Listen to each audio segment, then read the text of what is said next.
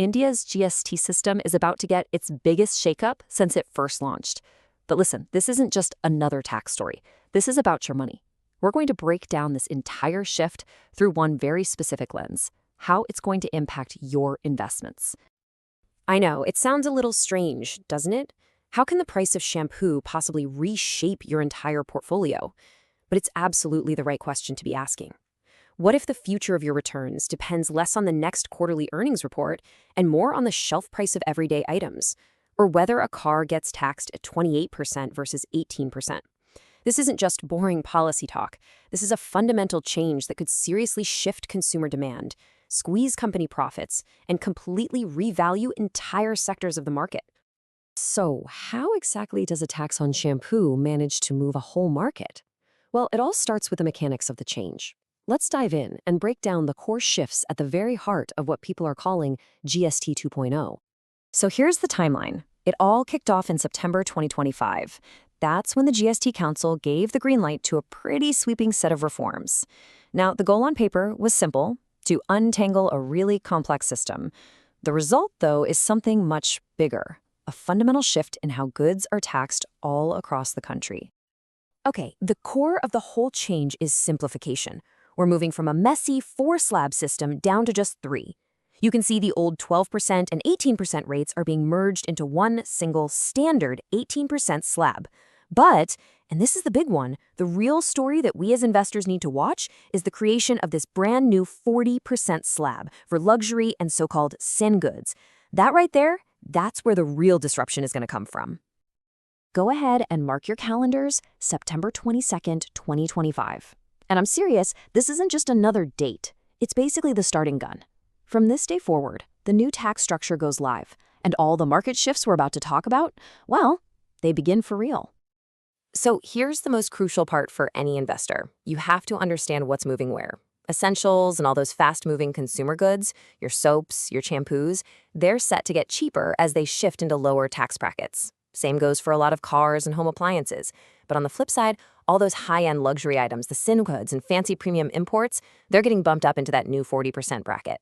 You can see the strategy here, right? Make everyday stuff more affordable and tax the high-end discretionary spending a lot more heavily. And you know, with any massive policy shift like this, one thing is absolutely certain. There are going to be very clear winners and some very clear losers. So let's break down who's who in this new landscape. The battle lines are drawn pretty clearly here. The winners? Well, they're likely to be the sectors that serve the masses. We're talking FMCG, affordable cars, and consumer durables.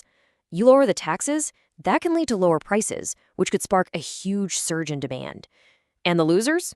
You guessed it. It's the high-end brands, the premium importers, basically anyone who's now staring down that steep 40% tax.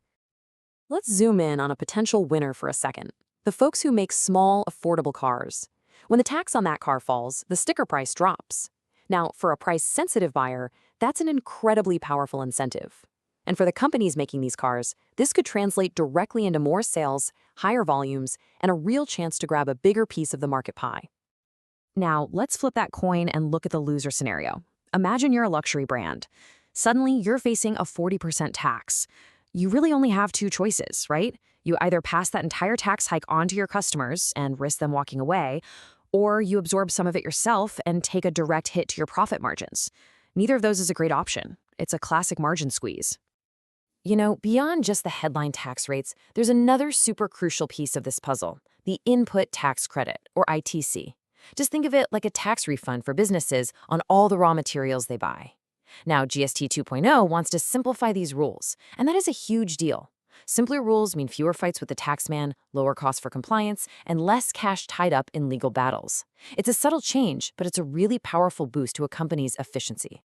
Okay, so we got the shifts, we see the potential impacts. Now, let's get to the most important part. How do you actually position your portfolio to take advantage of this? It's time to build our investor playbook. Look, this isn't about guesswork. It's about having a system. Step 1, and this is non-negotiable, starts with what you already own. You have to audit your portfolio to see exactly where your GST exposure is hiding. From there, it's all about looking forward. You need to be scrutinizing what companies are saying about their future profit margins. You have to monitor consumer demand in real time. Are people really buying more soap and fewer Swiss watches? These are the clues you're looking for. And don't forget risk. Understand the new compliance challenges for your companies, and keep a close eye on the policy rollout itself for any hiccups. Finally, use this as an opportunity to rebalance and diversify, maybe shifting some focus away from urban luxury and more towards the broader mass consumption story. But of course, no major reform like this is ever without its risks and a few big unknowns. It's so important to have a balanced perspective and really understand the potential headwinds that could pop up. So, what could actually go wrong here? Well, first, if the government's tax collections fall short, they could be tempted to roll back some of these changes. Then there are technical traps, like these inverted duty structures. That's basically when the tax on your raw materials is higher than the tax on your finished product.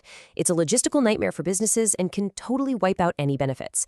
And of course, there's always the human element, implementation delays, confusion, and the simple fact that it can take a long, long time for you and me, the consumers, to actually change our spending habits. So after all that, what is the ultimate takeaway here? I think it's vital to see this for what it truly is. This is not just another minor policy tweak, not just some numbers being moved around. This is a fundamental structural shift in the very engine of India's consumption economy. And for every single investor, that means one thing. This is a moment of both immense opportunity and pretty significant disruption. The companies that can adapt quickly will gain a real edge, while the ones caught flat-footed could lose serious ground. Being proactive here isn't just a good idea anymore, it's absolutely essential. That effective date is just around the corner. This is no longer some theoretical exercise in a government office. The tipping point is near. And really, the only question left to ask is, are you ready for it?